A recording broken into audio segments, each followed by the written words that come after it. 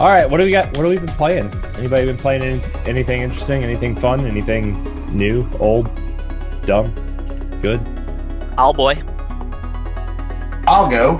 I have. No, I think that was Todd's answer. Actually, That was my answer. There we go. So you didn't play, Todd? So have you heard of the game called Owlboy? I've heard of it. I have heard of it. Yes. Yes. So this game was made by a guy, and he has been making it for like 7 years. It looks like a really cool 16-bit game. So I ended up getting that on Humble Bundle for like $13. I got that game, SteamWorld Heist, and like 5 other games. So for like $13, I got like 6 games. So if you aren't familiar with Humble Bundle, go get it. It's super cheap. Lots of great deals, especially, and it's for charity. So do that. But Owlboy is a really cool game because it looks like something that came from the Genesis Super Nintendo era. And your mechanic is you are an Owlboy. I mean, the name of the game gives it away. Spoiler alert. I know. Yeah. A young Owlboy comes to touch himself as he learns to grow. No, but he can. But his mechanic is flying. So he flies. Wait, what? Yes. Yes. No, this is another Amazon video. Sorry. Oh, jeez. That's No, but it's got a cool mechanic that basically you fly, and that's where you can go, and you're basically it's a vertical platformer. So it's pretty cool. Speaking of Amazon videos, Todd, I found a game you might like. Oh my goodness! It's a shooter that's kind of like Splatoon, but instead of squid people. Boobs. It's girls pretty in much. bikinis. It's a bunch of anime girls with jiggle physics and bikinis. Are you talking about like the Senran Kagura or whatever that is? I don't know what it is. I don't know what it's called. It's coming out this summer, guys. I saw that. I'm like, there's a horde mode, and one of them is a wait. What kind of mode? Horde mode. Anime girl. I didn't stutter. Horde mode. How do they spell this? You can look it up online. I think Google, there's a Google, Sean Will Connery. it break Todd's PC if he Googles That's it? right. Probably. Google horde mode squirting. You'll figure it out. Oh, anyways, did Team Ninja make the game, Corey? no, one of the big bosses. No, it's a Japanese developer, and it's being brought over by like NIS or one of those companies that publish those types of games. And one of the big bosses is a giant boobed woman, but has tentacles for legs and Tentacle porn. yeah. And I mean, come on.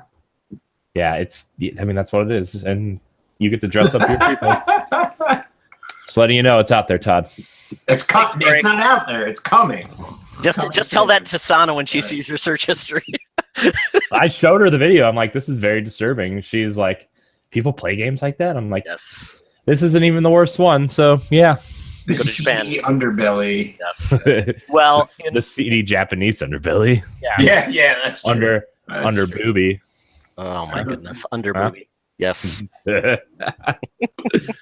But Owlboy, the mechanics are flying. It's vertical, and then you find your friend. You pick him up, and he actually has a shooting mechanic. Because basically, a little guy with a gun, and it's fun. It's really, really cool. Really love it, and I think it'd be a perfect game for Switch because I think it just captures that nostalgia, but has actually modern gaming mechanics. So, and it's surprisingly, this day and age, it's actually not a rogue-like game. So you actually have progress. You can go through a storyline versus die, have to start again. So I really liked it. It's really cool. Check it out. Nice. Moose, what have you been playing? On PS4, I've been playing a lot of Grand Theft Auto 3 lately, trying to get that platinum. I want to do Vice City and then San Andreas, do the trilogy, the PS2 games on PS4, but I hit a little hiccup. I wanted to try and complete it before July started, but that didn't work. So now it's going to be a platinum in July. So I've been playing that, and then I was up visiting the in-laws, or, my father-in-law, I guess you could say, in the mountains of North Carolina with my wife this past weekend. And so I've been playing a lot of Symphony of the Night, Castlevania, on my Vita, and just enjoying that. It's been a lot of fun. So I was like, I just want to play something. I don't want to try and work towards trophies, work towards a plat. I just want to play a game and enjoy it. And I was like, I've had this on here for a while, so I I started it up and just started playing. So yeah, I'm through the second boss and just grinding out money to try and buy gear to progress. So yeah, that's been pretty good. Nice. That's about it. Well, Matt stepped away, so I guess I'll go into what I've been playing. I've been grinding that Zelda DLC that came out, and it's real good. It's I found Majora's Mask. I found the Phantom Hourglass statue armor, and I'm on my way to find the Tingle suit. Yep. So okay. I'm somewhat in and out on like what Nintendo's doing with their DLC. Apparently, this is their first foray into DLC. Am I right? Am I wrong? They did a lot of DLC. Like Nintendo's. No, they did it on Wii U. They did it on Wii U. Mario Kart. Okay. Mario Kart, Smash. Splatoon, but Splatoon's was free. Yeah. Okay. So, I guess then maybe this was their first season pass. This is their first. This is their second season pass. They had a season pass for Mario Kart 8 on Wii U. Okay. This is the first time they're actually offering a significant bulk of content, though. Like they're actually making a Zelda expansion for Holiday, which adds a whole story mode, which adds a whole new dungeon, a whole new world to explore.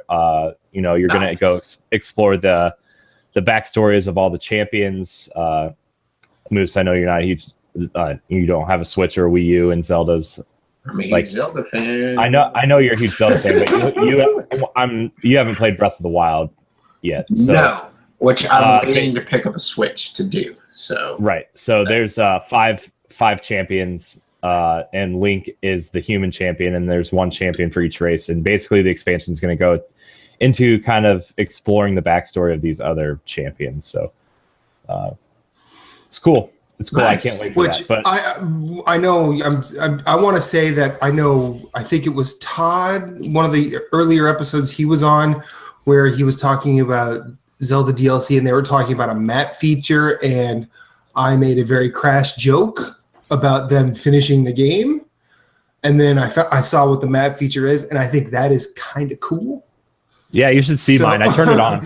I turned it on, and like you can totally see where I played the game naturally, and then after you play naturally, I went and found all the Korok seeds, and you just see these lines that are like maybe like this long to go find a Korok seed, and then you see another teleport line and another teleport line. I'm like, okay, you can definitely see where I started. It'd be funny if they use this map feature and you see like someone going after all the Korok seeds, and it's just this detailed middle finger. Yeah, pretty much. That would be the best. Yeah, it's funny. And the very tip of the finger is where you get the golden poop. It'd be great. Or it's a goatsy. Yeah. So like the thing about the map feature is goatsy. Yeah, that's a good one, Todd. That's a good one. So I mean, if you guys don't know what this map feature is, it basically tracks everywhere you've walked through Breath of the Wild. But it only tracks your last 200 hours of play. So once you pass that 200-hour mark, you're going to lose the beginning of your game, which I'm approaching. I'm at 190. So stop playing. That's insane. Save the map, Corey. Stop playing. That's insane. That's awesome, though. Dude, how long did you play Skyrim? I don't even want to talk about those hours. Okay. I'm just saying. Screw that. How long did you play Destiny, Corey? 1,100 hours. Yeah. But I guess the question is, how long were you hunting Koroks? What? I found 200 of them naturally, and then I did all the shrines, I did all the side quests, and then I beat Ganon. So after that is when I started using the guide for Korok seeds, and to find the other 700, it took me about 40 hours to find the rest of them. That makes sense. Just because, like, once you load into an area of the map, you get all the ones in that area, and they're usually like, shoot an acorn, or pick up this rock, or, place this rock in the center of the puzzle. So, or look, there's Tetris on a mountain, because why not? Yeah, that too. So, yeah, DLC is real good. I'm about to start the trial the master trials. So that's kind of scary, but it does allow you to have a more powerful master sword. So that'll be good. That'll be good to take into the expansion. So, but Matt, what have you been playing? Anything? I played some more Slain. That game is super metal and really awesome.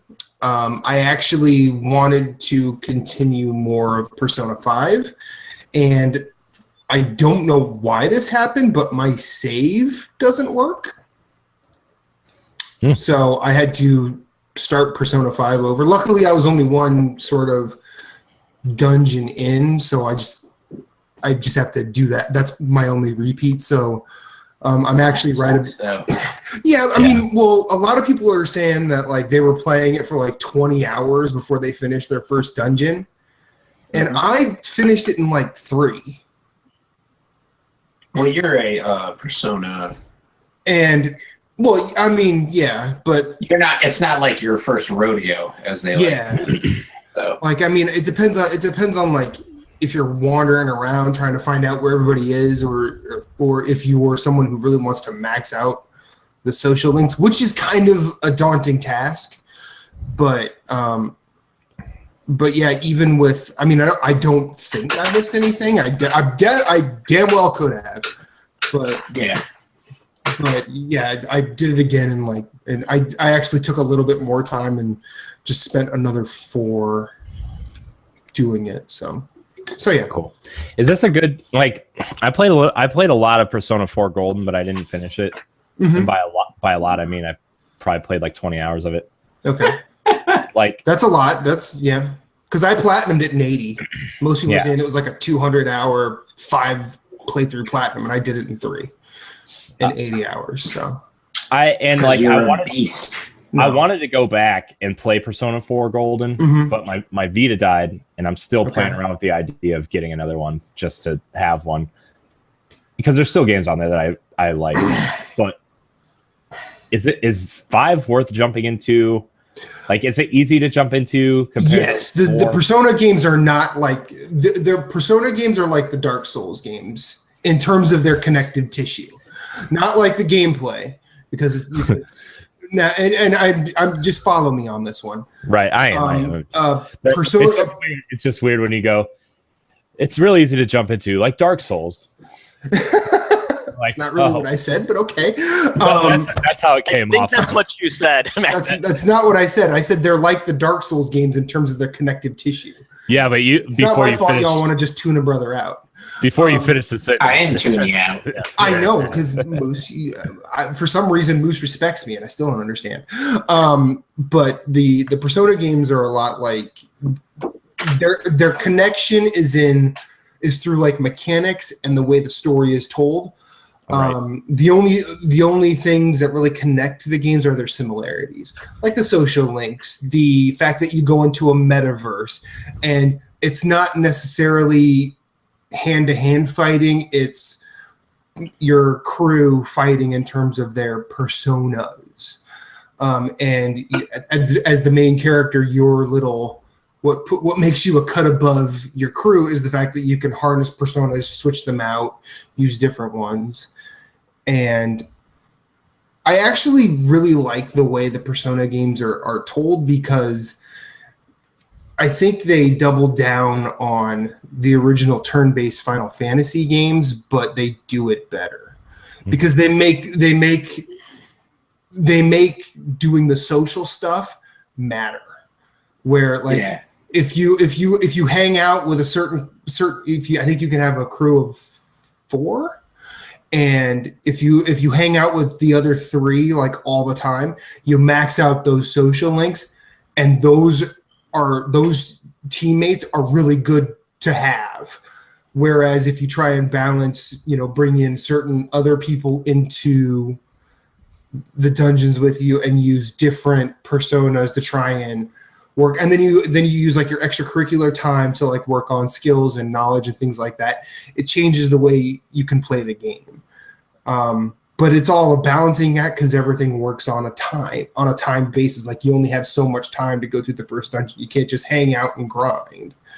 Like you have to grind the right way to get everything up, or you just go in and you don't. I mean, you could still beat the dungeon. That's not the issue, but yeah, no, I really think that in terms of video game stories, I think this is a game where if you just read a book of it, it would work in a weird way because usually all of the combat stuff is a metaphor for people bringing out their inner strength, or like in 4 specifically, it's everybody trying to figure out who they are as individuals. And in this one, and I don't remember 3 very well because it's been a long time since I've played 3. But have you played all of them? No. Okay. No. How far back does it go for you? I played 4 when it came out on PS2. Okay. And then I played Golden, and in between that, I played 3. I played 3 before I played Golden. Okay. So you never went back and played like? No, I don't think I had the systems they originally came out on, and there was and when I started like looking into it, it became like, is it best to go with Shin Megami Tensei? Or, are they not on Vita? I thought they were. I don't think all of them are. The PlayStation Classic, I know 1 and 2, 3 FES are all on the PSP, which PlayStation is on Store, the Vita. which I think they are, because there's a few games that aren't compatible on the Vita for some reason. But yeah, I could have swore they all were. I mean, they might be. I just don't know. I didn't care enough to buy them or look for it. So it was one of those things that, like, I did 3 and I really liked it, but 4, like, I've only played the first dungeon in 5, but 4 and Golden are still, like, I think the best of that series. I liked 3. I think 3 is special in its own weird, dark way. But Todd, are you cloning yourself over there? What's going on? Whoa! Todd has figured out cloning. I don't know. Todd has now gone Michael Keaton in Multiplicity. It's weird. Yeah, now I'm looking at Raphael's butt. Pretty soon there's going to be another one that pops up and goes, "I want pizza, Steve." My PC is locking up on me 18 times, so I figured I'd just go on my phone again, because that's kind cool. of the coolest part. That's the best part to do, right? It's the Steam Link AIDS. Oh my god. So that's what that itch is. PC. Speaking of which, PC Master Race. PC Master Age. God Almighty. Yeah. Thank you, Matt. That's what I'm going to keep telling you. Oh, jeez. Totally. PC Master Strain of Broke. No. But anyways. Well, getting back, Persona's really cool. You could jump into 5 and not worry about missing 4 because there's absolutely no carry. Because it's like the Final Fantasy series where they're just sequels. They carry over certain things, but like the main story isn't. Yeah. Okay. All right. Right. Cool. And then Todd is altering gravity now. Yeah, I know. This is pretty awesome. While Todd's floating on the moon or something. I don't know.